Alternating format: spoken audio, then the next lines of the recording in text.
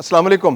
امریکی شہ اور ایما پر علاقے کے غنڈے اسرائیل نے مشرق وسطی کے ایک اور ملک ایران پر حملہ کر دیا۔ 200 طیاروں نے 100 مقامات کو نشانہ بنایا اور 300 حملے کیے گئے۔ بہت سے شہر اسرائیل کے ٹارگٹ پر تھے، جن میں تہران، قم، تبریز، اصفہان، کرمانشاہ، عراق، ارامیہ، مراغہ اور اہواز شامل ہیں۔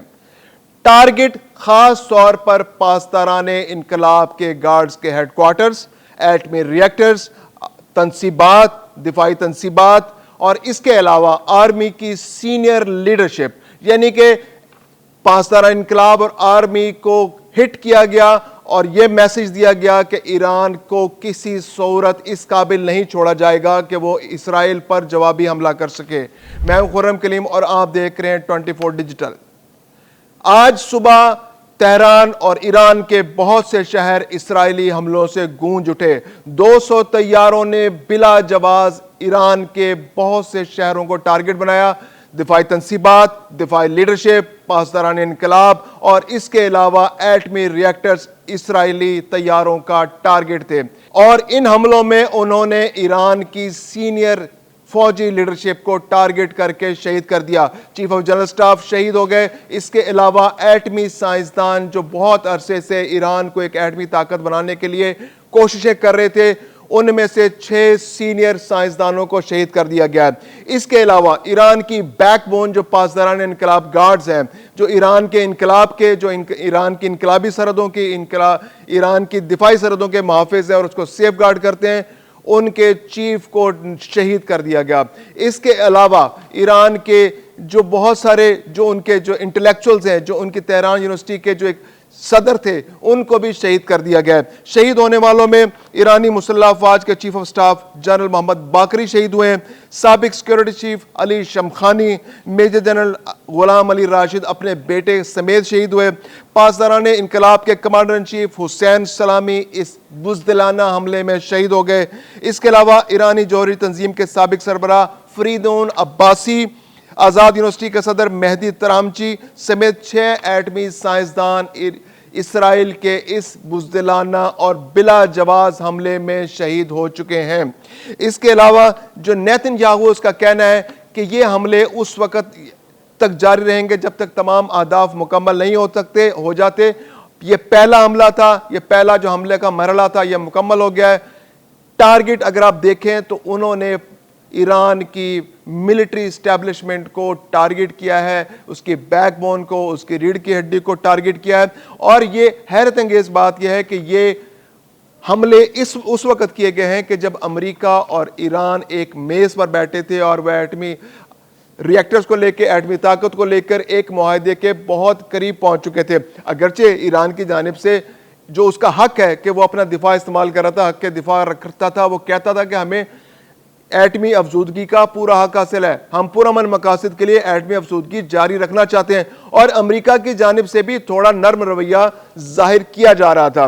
لیکن امریکی منافقت کے سامنے ایران کچھ معنی نہیں رکھتا، ایران کی سیاست کوئی معنی نہیں رکھتی۔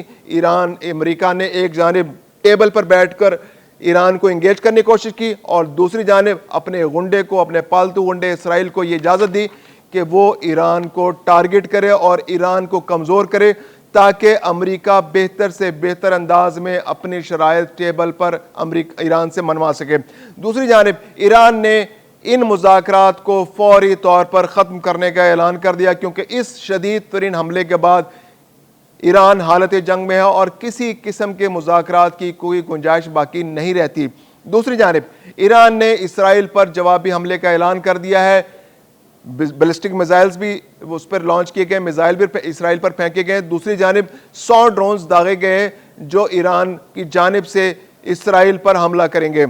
اس کے علاوہ جو میڈیا ہے، جو مغربی میڈیا، ان کا کہنا ہے کہ ایران اس سے زیادہ بیلسٹک میزائل بھی اسرائیل پر داغ سکتا ہے۔ دوسری جانب ایران نے اپنی فضائی دود بند کر دی ہے، عراق نے، شام نے اور اردن نے بھی اپنی فضائی دود بند کر دی ہے، جبکہ جو بہت سی ایئر لائنز تھی، جیسے فلائی دبئی تھی، اس نے بھی اس پورے خطے کے لیے اپنی ایئر لائنز کو بند کر دیا، فضائی دود بند ہو چکی ہے، طیارے اب اس علاقے سے نہیں گزر رہے۔ حالت جنگ میں ہے یہ علاقہ، اور خاص طور پر امریکہ کی جانب سے جو ایک دوہرا رویہ اپنایا گیا، ایک جانب ڈونلڈ ٹرمپ امریکہ ایران سے مذاکرات کی کوشش کر رہا تھا، لیکن خطرے کی گھنٹی اسی وقت بج چکی تھی جب IAEA کے اندر ایران کے خلاف قرارداد منظور کی گئی۔ اقوام متحدہ کے اندر بھی معاملہ لے جانے کی کوشش نہیں کی گئی۔ ایران نے، امریکہ نے اپنے بغل بچوں کے ساتھ IAEA کے اندر قرارداد منظور کی، اور آج امریکہ کے پالتو گنڈے اسرائیل نے ایران پر حملہ کر کے ثابت کر دیا کہ مغربی قوتیں اس خطے کے اندر کسی طرح کا امن نہیں چاہتی۔ غزہ کے اندر بھی جو لوگ امیدیں لگائے بیٹھے تھے کہ امریکہ اور جو مغربی قوتیں ہیں وہ امن قائم کرنے کے لیے کوششیں کریں گی اور جنگ بندی کریں گی، تو وہ تمام امیدیں بھی آج دم توڑ گئیں۔ آج اسرائیل نے جس طرح ایران پر حملہ کیا اور امریکی ایما اور شہ پر حملہ کیا، اس کے بعد اس خطے میں امن کی کوئی گنجائش موجود نہیں ہے۔ پاکستان کی جانب سے شدید ترین رد عمل سامنے آیا ہے، قطر کی جانب سے، UAE کی جانب سے، اور خاص طور پہ سعودی عرب کی جانب سے۔ ان تمام ممالک نے اسرائیل کے اس بزدلانہ اور بلا جواز حملے کو پہ تنقید کی ہے، اس کو بلا جواز قرار دیا ہے اور کہا ہے کہ ایران پر یہ حملہ نہیں ہونا چاہیے تھا۔ اور ایسے موقع پر جبکہ دوسری جانب پاکستان کا کہنا ہے کہ اقوام متحدہ کے چارٹر کے مطابق، کے آرٹیکل 51 کے مطابق ایران اپنے دفاع میں اسرائیل پر جوابی حملہ کرنے کا پورا اختیار اور قانونی جواز رکھتا ہے۔ اور اسی طرح کا ریئیکشن سعودی عرب کی جانب سے بھی سامنے آیا ہے کہ ایران اپنے دفاع میں اسرائیل پر حملہ کر سکتا ہے۔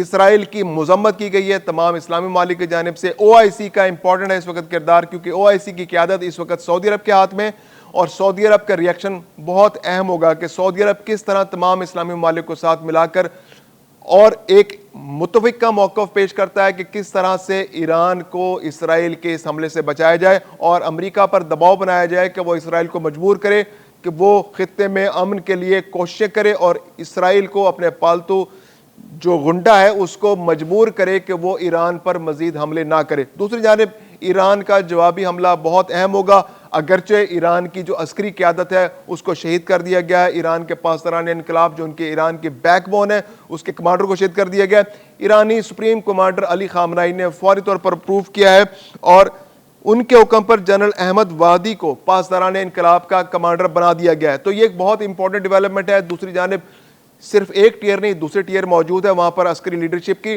وہ فوری طور پر فیصلے کر رہی ہے، اور ایران نے اسرائیل پر جوابی حملہ کرنے کی اسٹریٹجی بنا لی ہے اور حملے کا آغاز بھی کر دیا گیا ہے۔ آنے والے چند گھنٹے، چند ہفتے بہت امپورٹنٹ ہیں، آنے والے دن بہت امپورٹنٹ ہیں، کیونکہ اس بات کا شدید خطرہ موجود ہے اور بہت سارے ایکسپرٹس کہہ رہے ہیں کہ اگر اس صورتحال مزید پیچیدہ ہوتی ہے اور ایک سے زیادہ ملک اس جنگ کے اندر آتے ہیں تو تیسری عالمی جنگ کا خطرہ پوری طرح اس خطے پر منڈلا رہا ہے، اور تیسری عالمی جنگ اگر ہوئی تو یہ ایک ایٹمی جنگ ہوئی ہوگی، اور یہ کوئی عام جنگ نہیں ہوگی، اس کے اندر بہت ساری قوتیں انوالو ہوں گی۔ اس وقت چین اور روس کا کردار بھی بہت اہم ہے، کیونکہ وہ بھی امریکہ پر دباؤ ڈال کر اور سفارتی سطح پر کوششیں کر اس جنگ کو رکوانے کی کوششیں کریں گے۔ اس جنگ کے حوالے سے مزید اپڈیٹس کے لیے دیکھتے رہیے 24 ڈیجیٹل۔